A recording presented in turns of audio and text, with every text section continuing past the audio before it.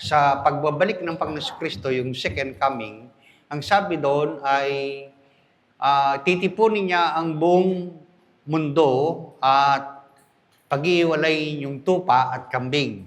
Katulad ng pastol. Ito ay patungkol sa atin sa muling pagbabalik ng Panginoon. Ito yung judgment seat. No? Ito yung ahatulan ang bawat isa kung anong ginawa. Yung mga believer, ahatulan tayo para sa mga reward. Pero yung mga taga-sanlibutan, yung taga-mundo, ay ahatulan para mapaparusahan.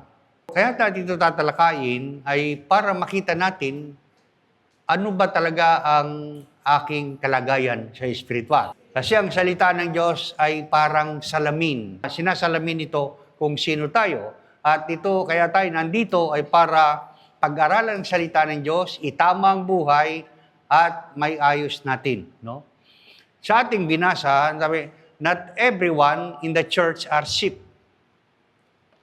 Not everyone sitting in the church behaves like a sheep. Some are saved, but stubborn. Some are saved, but rebellious. Some are saved, but always resisting the leadership of the shepherd. Hindi raw lahat ng nasa church ay tupa. Alam nyo ba, yung kambing ay mukhang tupa. No?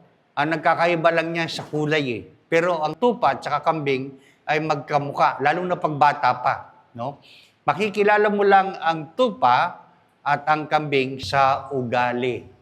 No? Hindi lahat ng nasa church ay tupa. Doon sa second coming nga, sa church yun, pag-iwalayin.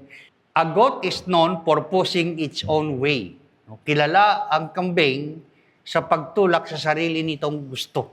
Ang kambing kasi may sariling gusto eh. Pag-alaga mo ang kambing, pansinin ninyo, pag inihila yan, papunta sa pagkain, ayaw. At lagi nakaganon yan eh. Gusto niya yung kanya ang masunod, no?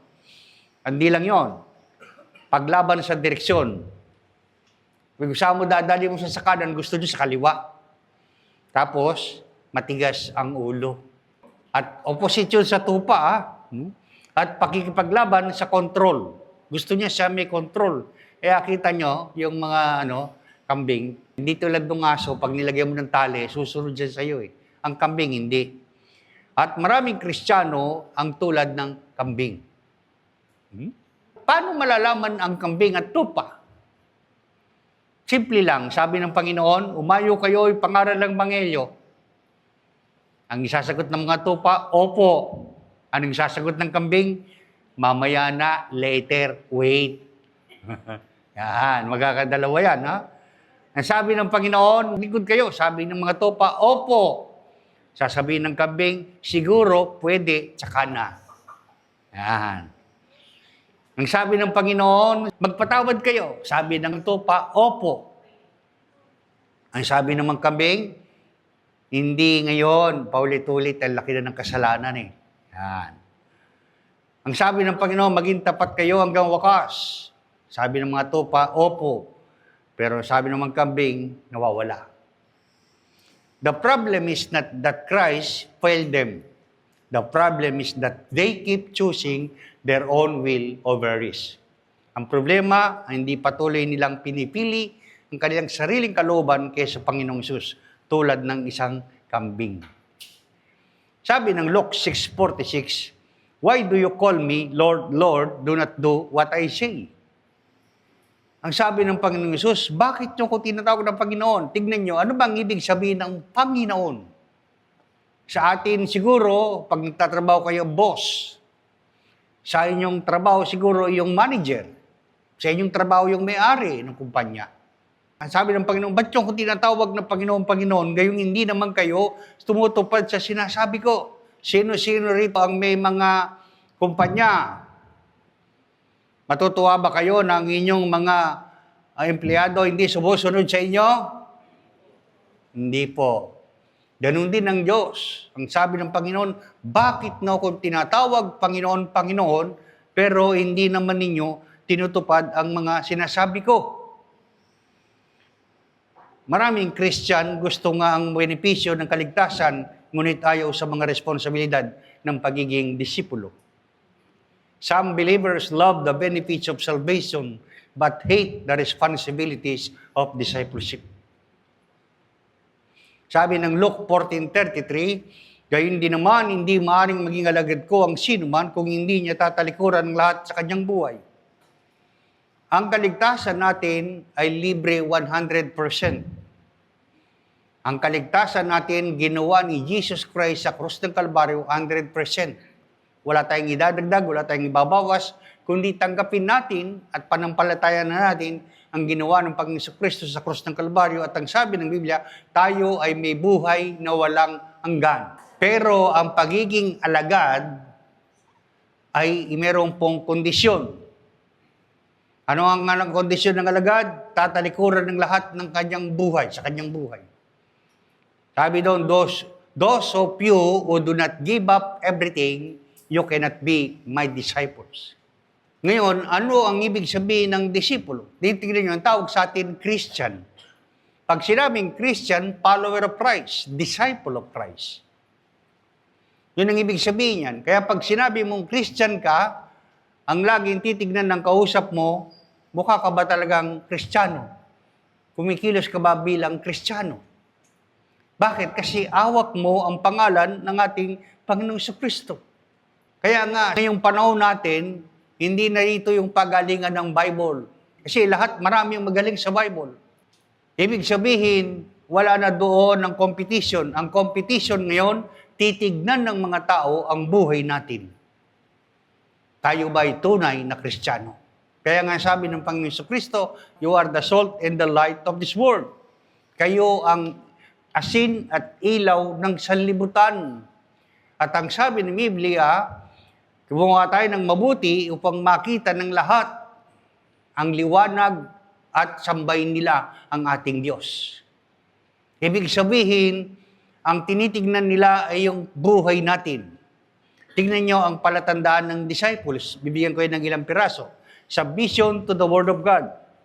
Ang isang tunay na disciples, ang tunay na tupa ng Panginoon, ay nagpapasakop sa salita ng Diyos. Sabi ng John chapter 8 verse 31, to the Jews who had believed Him, Jesus said, if you hold to my teaching, you are really my disciples. Then you will know the truth and the truth will set you free. Ano ang sabi ng Panginoon? Kapag tinutupad ninyo ang aking aral, kayo ay tunay na mga alagad ko. Ang isang palatandaan ng isang disipulo o isang tupa, sabi doon, siya'y sumusunod sa kanyang pastol. Yun ang katibayan na tayo ay mga alagad ni Kristo. Kapag sinusunod natin ang turo o aral ng ating Panginoon Kristo. At malalaman natin ang katotohanan at ang katotohanan magpapalaya sa atin. Sabi ng John 15:7, if you remain in me and my words remain in you, ask whatever you wish and it will be done for you. Sabi ng Panginoon Kristo, kung nananatili kayo sa akin at ang salita ko ay nananatili sa inyo, anumang hilingin ninyo ay aking ibibigay. Ang tunay na Kristiyano, ang tunay na disciples, ang tunay na tupa ay nananatili sa salita ng Diyos. Hindi lang siya nananatili kay Kristo. Hindi lang siya nananampalataya kay Jesus. Nananatili siya sa kanyang mga aral at turo, sa kanyang salita. At ang pangako ng Panginoon Kristo, anumang hilingin natin ay kanyang ibibigay. Hindi lang basta mag-pray tayo, hindi lang magsasacrifice tayo. Ang tunay na sikreto ay manatili tayo sa salita ng Diyos, sa kanyang aral, at ang pangako niya, whatever you wish, and it will be done for you. Sabi ng 2 John 9, ang sino mang tumatakbo at hindi nagpapatuloy sa turo ni Kristo ay walang Diyos. Tingnan nyo, kahit may reliyon ka, kahit alam mo ang Bible, kahit may position ka sa church, kahit ang sinasabi nila na ikaw yung manang ng simbahan, kahit religyoso pa, ano ang sabi? Ang sabi, ang hindi nagpapatuloy sa turo ni Kristo ay walang Diyos. Kahit ipangalandakan mong may Diyos ka, kahit pangalandakan mong may reliyon ka, kahit ipangalandakan mong mabait kang tao, Pero pag hindi ka nagpapatuloy sa paturo ng Panginoong Jesucristo, ang sabi doon, wala kang Diyos. At ang sino man nagpapatuloy sa pagtuturo na may parehong ama at anak, tignan ninyo ang benepisyo. Kapag tayo nagpapatuloy sa paturo ng Panginoong Jesucristo, pinamumuhay natin, nasa atin ang ama at ang anak. Pangalawang katangian ng isang tupa, obedience. Masunurin. Alam nyo, yung tupa, ayon sa pag-aaral, kapag dinadala sa katayan, hindi po yan nagre-resist. At alam niya, dadali siya sa katayan dahil matalino ang tupa. Pero habang siya sumusunod at pumupunta sa katayan, lumuluha siya. Yun ang katangian ng tupa. Ang tunay na Kristiyano ay masunurin. Ang sabi ng John 14:21, ang tumatanggap sa mga utos ko at tumutupad nito, ang siyang umiibig sa akin. Ang ebidensya, mahal mo ang Diyos kapag tinutupad mo ang kanyang utos.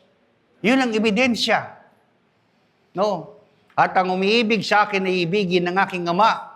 Iibigin ko rin siya at ako'y lubusang magpapakilala sa kanya. Ang sumusunod sa utos ng Diyos, ang tunay na umiibig sa Diyos, at ang Panginoong Jesucristo naman, iibigin tayo at ng Ama. At ang Panginoong Jesucristo ay lubusang magpapakilala sa atin. Alam niyo ba na kahit mag-aral kayo ng Biblia, kahit basahin yung Biblia, ikabisado niyo yan, hindi niyo makikilala ang Panginoong Hesus. Unless na siya ay magpakilala sa atin. At ang condition para magpakilala siya sa atin kapag tayo tumutupad sa kanyang utos. Naalala ko nung araw, nung ako'y tinatawag ng Panginoon para mag-full-time, mag-pastor, ayoko. Kasi galing po ako sa isang church na malaki, nakita ko yung problema ng mga pastor. Mahirap. Eh, noong panahon na yon, yung mga anak ko, maliliit pa. Yung panganay ko, si Pastora Grace, yung pangalawa kong anak, mga elementary pa lang sila. Pero tinatawag na ako ng Panginoon. Kinausap na ako ng senior pastor ng church para magpastor. Pero lagi ko sinasabi, ayoko magpastor. Paano ko bubuhayin ng mga anak ko? Paano ko paaralin ng mga anak ko? Paano kami mabubuhay? Laging tinuturo sa amin, the righteous will live by faith. Eh, nung panahon na yon, hindi ko yon maintindihan. Pero nung ako hindi na mapakali at lagi akong kinakausap ni Lord, nag-pray ako, sabi ko, Lord, bigyan mo ko ng pera para ang mga pamilya ko, titiyak ako na hindi magugutom. O kaya negosyo para ang mga pamilya ko hindi magugutom. Magpo-full time ako. Magpapastor ako. Pero walang sagot ng Panginoon, sumunod ka muna bago mo makita ang mga pangako ko. At that time, napakahirap. Tama yung sabi ng Biblia. Ang sabi ng Biblia, kung mahal natin, kung tumutupad tayo sa utos ng Panginoon, mamahalin tayo ng Panginoon Hesus at ng Ama at magpapakilala siya sa atin. At nung ako'y nag-full time, doon ko naintindihan at naunawaan ang sinasabi ng Panginoon. Kahit matalino ka, kahit magaling ka sa Bible, kapag hindi nagpahayag ang Panginoong Jesucristo, never mo siyang makikilala. No? Parang ang illustration ganito eh. Ang karunungan ng Diyos ay tubig sa dagat. Ang karunungan natin, isang basong tubig lang. Tanungin ko kayo, papaano mapagkakasya ang tubig dagat sa isang baso? Never and never. Ibig sabihin, we cannot apprehend the wisdom of God.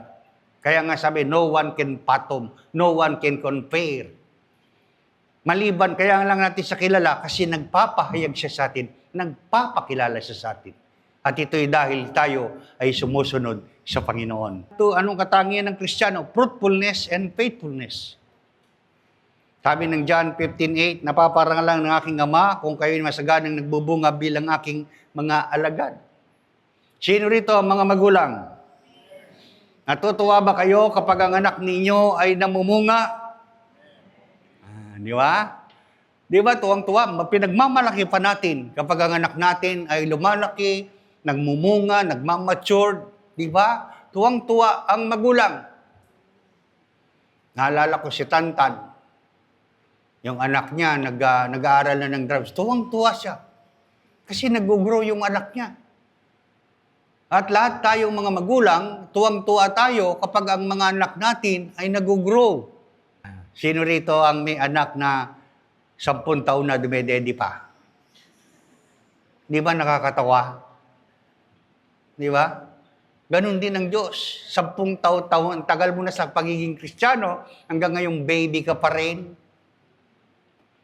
Kaya gusto niya lumago tayo. At ang palatandaan ng isang tunay na disipulo ay lumalago. Para tayo mag-grow, magpa-disciple kayo. Mag-attend kayo ng small group Bible study. Magkaroon kayo ng marami ang church natin ng ministry. Alam nyo ba bakit ang church nito napakaraming ministry?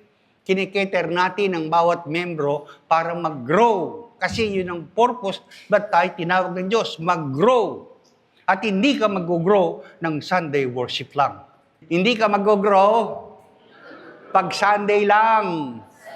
Minsan absent ka pa. Di ba? Hindi ka mag-grow, kaya may ministry. No? Bakit? Kasi napaparangalan ng Ama kung tayo'y masaganang nagbubunga bilang mga alagad. Tingnan nyo, masaganang nagbubunga. Much fruit. Hindi lang fruit, much fruit. Ibig sabihin, mamumunga ka sa iyong spiritual life, mamumunga ka sa iyong family life, mamumunga ka sa iyong career, in everything of your life. Kapag ikaw ay naki-Kristo. At siyempre, ang mga disciple, mayroong servant heart and humility. Sabi ni Jesus, ang anak ng tao, ang Panginoong Kristo ay naparito, hindi upang paglingkuran, kundi upang maglingkod at iyari ang kanyang buhay sa katutubos ng marami. Mismo ang Panginoong Kristo ay pumunta rito hindi para paglingkuran. Tingnan nyo, Panginoon siya. Dapat ang pinaglilingkuran ng Panginoon. Sa mundong ito, sa ating gobyerno, yung mga nasa pinuno, gusto nila pinaglilingkuran natin. Pero ang Panginoong Kristo, binaligtad niya yan. Siya mismo ang naglingkod. Bakit? Kasi yun ang isang mga katangian ng isang tunay na disipulo ng Panginoong Kristo. Ang Panginoong Kristo ay pumunta rito para maglingkod, hindi para paglingkuran. Kaya sabi, tignan nyo sa John chapter 13 verse 12, nang maugasan na ni Jesus ang kanilang mga paa, yung mga alagad, muli niyang sinuot ang kanyang balabal at nagbalik sa kapag at siya'y nangusap sa kanila.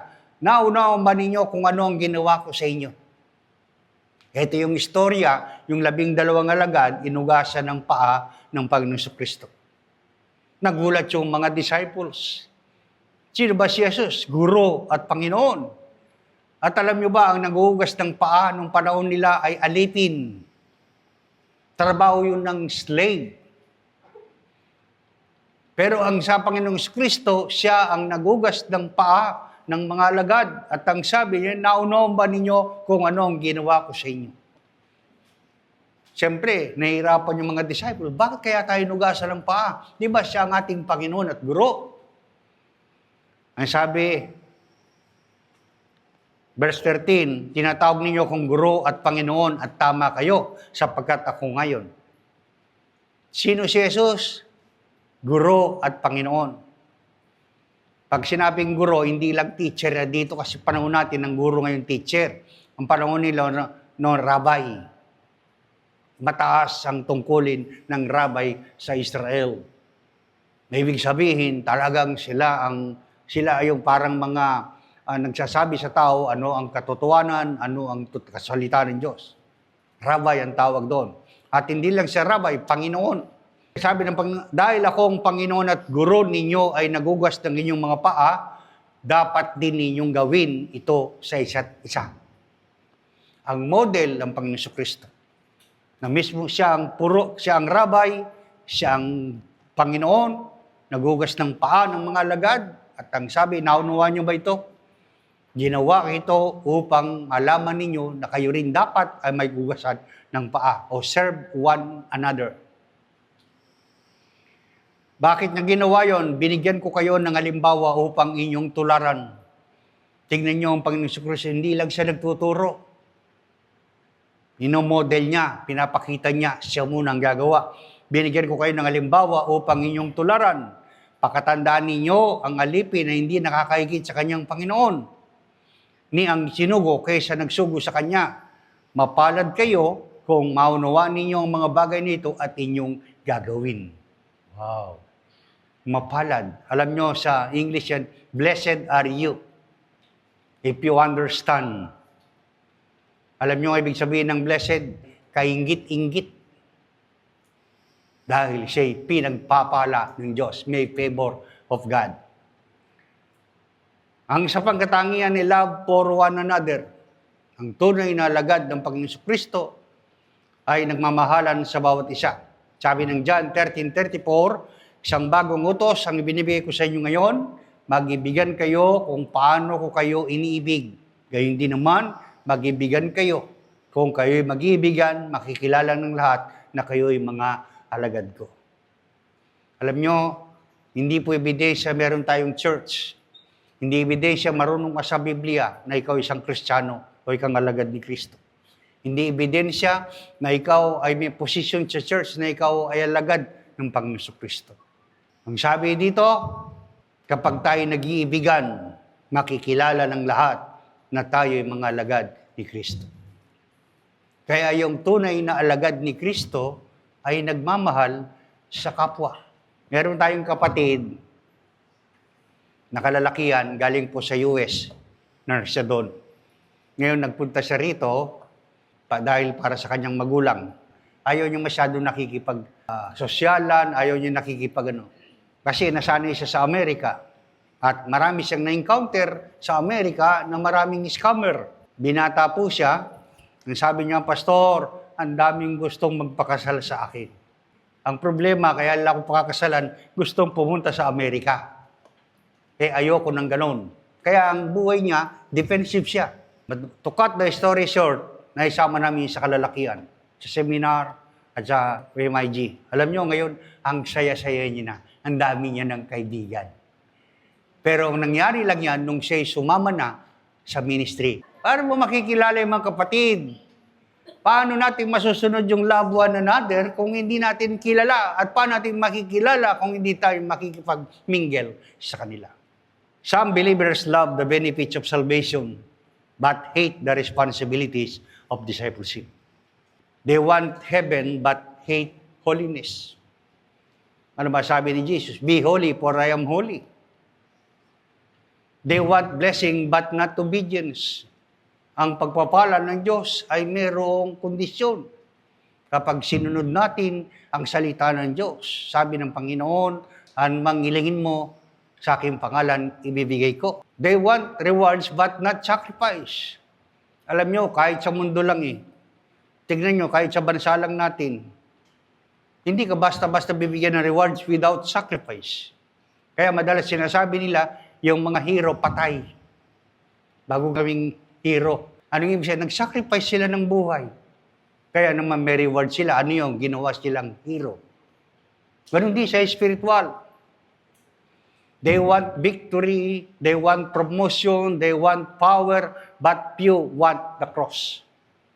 Gusto ng tagumpay, gusto ng promosyon, gusto ng kapangyarihan, pero kakaunti may gusto ng cross. Bakit? Ang cross kasi pinapasan mabigat. Yun ang pangako. Kaya nga sa church, hindi pare-pareho ang antas ng spiritual life natin. Merong mga pastor, merong mga leaders, may mga workers, may mga member. Ang tanong, unfair pa si Lord? Hindi. Nung tinawag tayo, pare-pares lang tayo, nagsimula tayo sa baby in Christ. Pero bakit nag-iba-iba ang antas? Dahil sa pagsunod sa Diyos.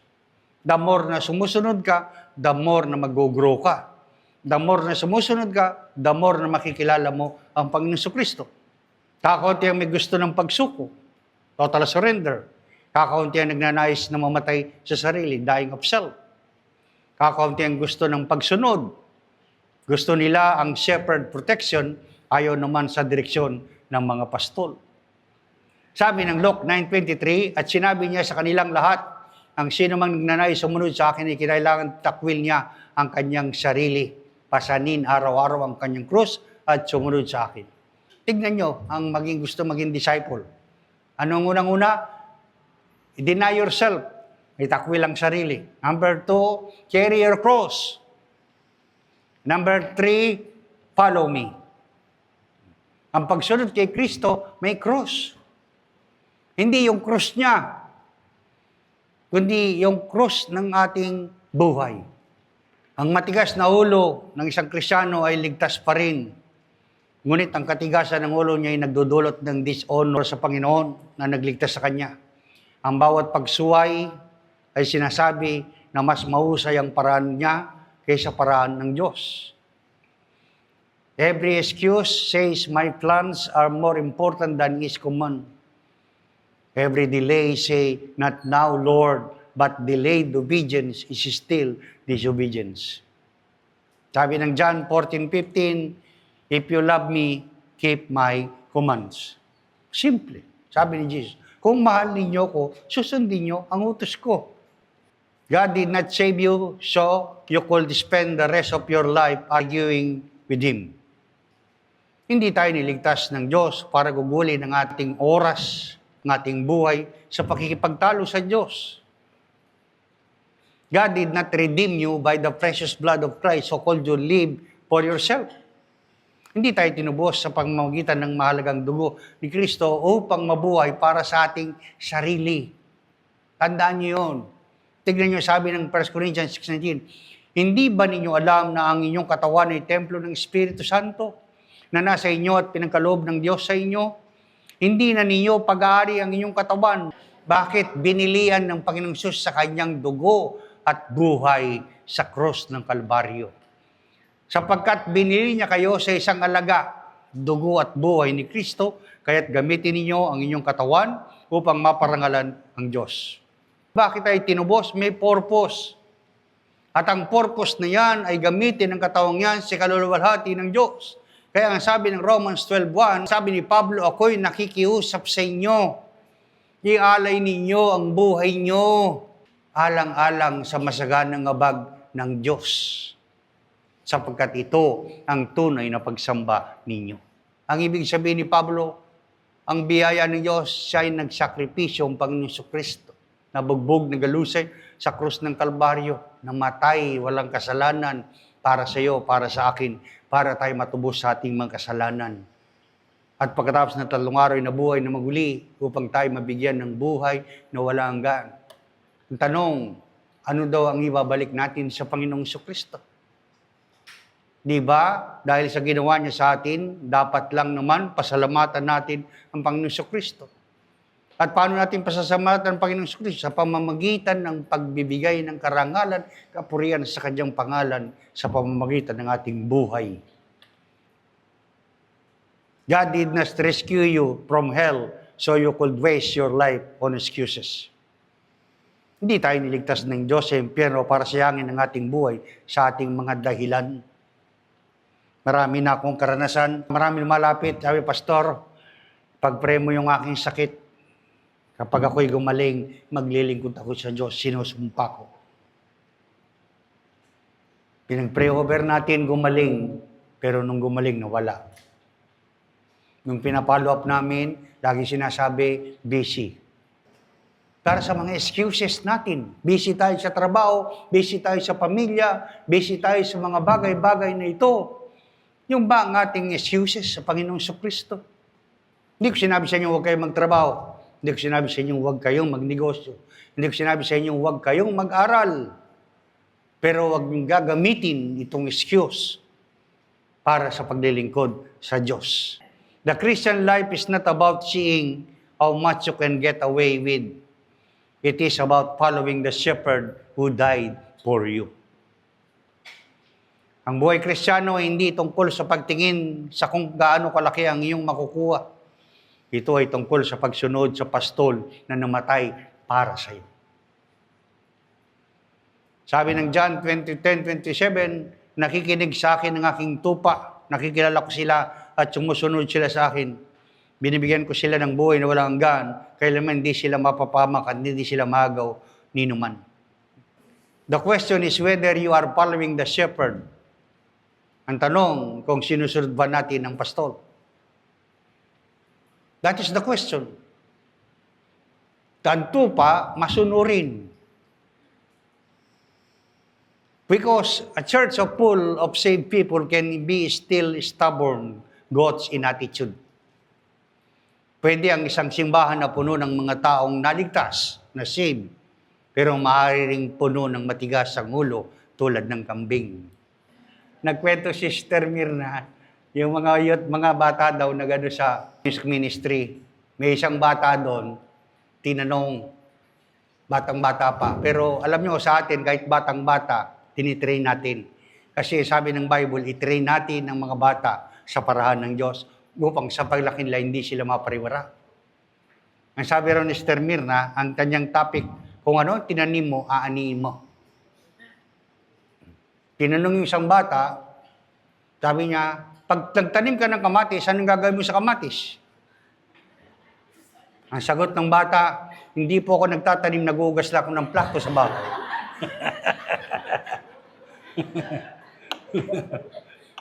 Ang preaching na ito hindi para i-condemn tayo, kundi isang babala para sa alisin ang katigasan ng ulo o pag-uugali ng isang kambing tungo sa pagiging ugaling tupa. Sheep are highly dependent on their flock for protection. They naturally follow a leader and experience extreme anxiety when separated. Sheep urge to stay together. Alam nyo, ang tupa, dependent yan sa grupo. Hindi yan umiiwalay sa grupo. No? Alam nyo kung bakit? Kasi defenseless ang tupa. Hindi niya kayang ipaglaban ang sarili niya. Kaya yan, laging nasa grupo. Bakit? Nandun ang proteksyon nila. Kasi kapag nasa grupo ka, nandun yung pastol. At kapag nandun yung pastol, kapag may wolves, ang kalaban niya yung pastol. At yung pastol, mayroong tungkod. Kaya takot yung mga wolves sa kalipunan dahil nandun ang shepherd. At kapag ang tupa nawalay, nababalisa. Takot na takot. Kasi alam niya, delikado ang buhay niya. Anong ibig sabihin? Ang tupa ay lubos na umaasa sa kanilang kawan para sa proteksyon.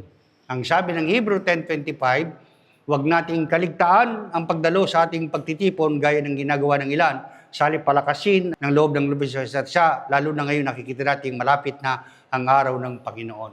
Kaya pala inutos yun ni Apostol Pablo, huwag ninyong kaliligtaan ang pagtitipon. Huwag kayong lalayo sa kalipunan.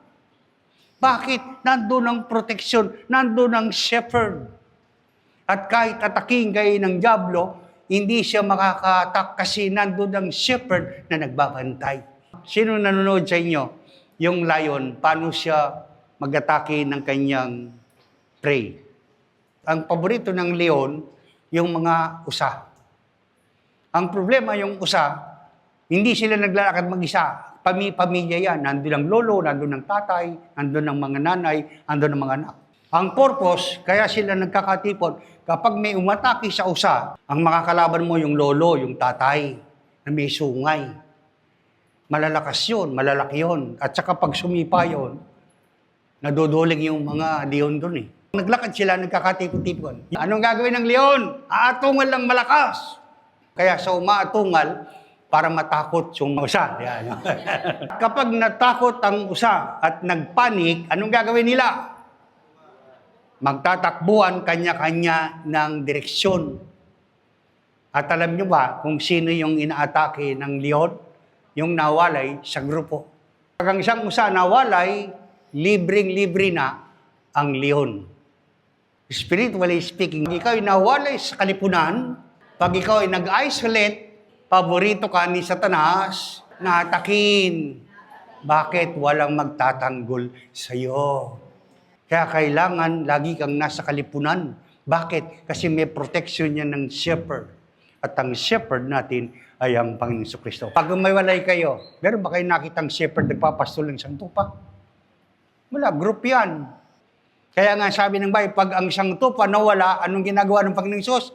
hinahanap ka agad. Bakit? Baka maunaan ng wolves.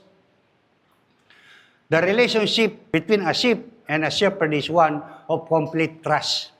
Because domesticated sheep are defenseless and lack of survival instinct. They rely entirely on the shepherd for food, water, protection, and daily guidance.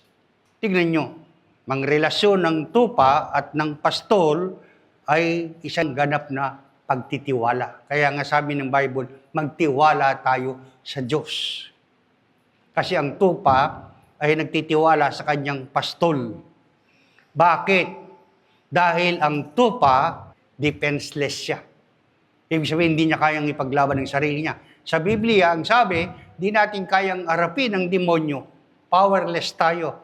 Pero kapag nasa pangangalaga tayo ng pastol, tayo ay nasa side ng victory. Binasa kanina ng ating MC, yung Psalm 23. Ang Diyos, ang aking pastol, di ako magkukulang. At ang tupa, they learn to recognize their specific shepherd voice. Call and whistle, ignoring the calls of strangers. Bigyan kayo ng tip para niyo malaman ang boses ng Holy Spirit ng Panginoong Hesus. Magbabad kayo sa salita ng Diyos. Kasi hindi magsasalita ang Holy Spirit na labas sa Biblia. At hindi siya magsasalita sa iyo nang hindi mo pa nalalaman. Nire-remind lang niya sa iyo. Kilala ng tupa, literal na tupa, ang tinig ng pastol. At tayong tupa, kailangan alam natin ang tinig ng ating pastol, ang Panginoong Kristo. Marami tayong tinig na naririnig. Marami tayong ingay naririnig. Ngayon lang, nagkakagulo sa Senado. Sabi ng majority, sila ang tama. Sabi ng minority, sila ang tama. Tanungin ko kayo, sino ang tama? Pangalawang tanong, ilan ang tama? Isa lang ang tama. Ang tanong, sino ang tama? Lahat sila nagkukot ng batas. Ang sabi ng Biblia, sabi ni Jesus, I am the way, the truth, and the life, that no one can come to the Father except through me. Si Jesus ang daan, si Jesus ang katotohanan, si Jesus ang buhay. Walang makakarating sama kundi sa pamamagitan niya. Kailangan nating marinig ang tinig ng ating Panginoong Kristo para malaman natin ang katotohanan. Anong pagkakaiba natin bilang Kristiyano? At dapat marinig ang tinig. Alam nyo, sa Israel, yung pastol, kapag may inom sila ng tubig, nakakita sila ng balon sa disyerto, lahat ng pastol, magkikita-kita sa balon. For example, 10 yung pastol, yung shepherd. Meron silang tag-isang tupa. Bali, ilan yun? 1,000 na tupa. Maghahalo-halo yun. Kasi sa balon lang eh.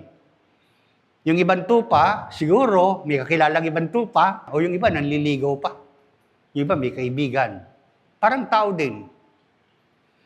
Pero pagkatapos nilang uminom, sasabihin ng pastol, alis na tayo. For example, ang isang tupa na yon, ang kanilang pangalan ng kanyang tupa ay Habibi. Habibi, alis na tayo. Pag narinig nila yung tinig ng pastol, kahit nakikipag-usap sila, kahit nakipagkwentuhan sila, iiwalay yun sa 1,000 grupa na sama-sama papunta doon sa shepherd. Kasi narinig na nila ang tinig ng pastol. Natural silang sumusunod sa isang pinuno at nakararanas ng matinding pagkabalisa kapag naiwalay. Obedience ang tupa. Masunurin. No? Kaya nga sabi sa Hebrew 13:17, sabi ni Apostol Pablo, pasakop kayo at sumunod sa mga namamahala sa inyo. Sila yung mga may pananagutang mga laga sa inyo at mananagot sila sa Diyos ukol dyan. Kung sila susundin ninyo, magagalak sila sa pagtupad ng kanilang mga tungkulin. Hindi sila mamimigati at hindi makakabuti sa inyo. The Bible uses sheep and shepherd as central metaphor or illustrate the relationship between God and His people and the responsibilities of spiritual leaders. Ang shepherd ay yung Panginoong Kristo. Ang tupa ay tayo. What happened to sheep without a shepherd? Anong mangyayari kapag ang tupa ay walang pastol? Without a shepherd, domesticated sheep are essentially helpless. Kapag ang tupa walang pastol, siya po ay walang magagawa. Helpless. Tama yung sabi ng John 15:5. Ang sabi ni Jesus, Apart from me, you can do nothing. Tandaan nyo to. Lahat na kayo nakakilala sa Panginoon Jesucristo, kayo naging tupa.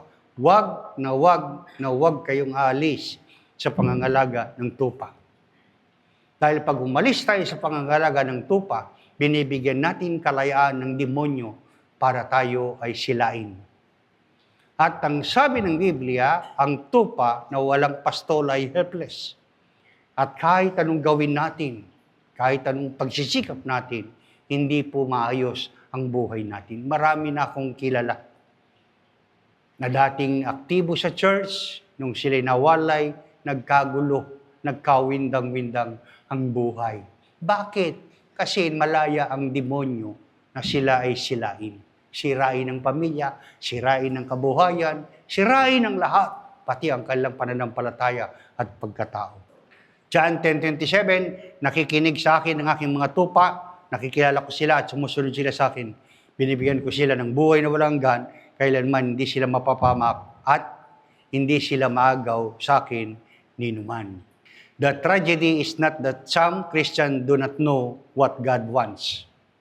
The tragedy is that they know exactly what God wants and still choose their own way. Ang trahedya ng isang Kristiyano ay hindi dahil hindi nila alam kung ano ang gusto ng Diyos. Ang trahedya ay alam nila kung ano mismo ang gusto ng Diyos, pero pinipili pa rin nila ang kanilang sariling paraan o gusto. Sabi ng Panginoon, Matthew chapter 10, verse 17, I am sending you out like sheep among wolves. Therefore, be as shrewd as snakes and as innocent as dove. Be on your guard. You will be handed over to the local council and be flogged in the synagogue. Sabi ng Panginoong Hesus, sinusugo ko kayo na parang mga tupa sa gitna ng mga asong gubat. Maging matalino kayong gaya ng ahas at maamo na gaya ng kalapati. Sabi ng Bible, tupa kayo, maging matalino kayo, at maging tapat kayo sa gitna ng maraming tukso, maraming temptation, maraming competition, maraming inggitan, maraming silusan. Hindi mawawala yan. Pero sabi ng Bible, maging matalino kayo at maging tapat kayo dahil kayo ay mga tupa. Pero ang sabi ng Bible, maging matalino kayo tulad ng ahas at maging tapat kayo tulad ng tupa.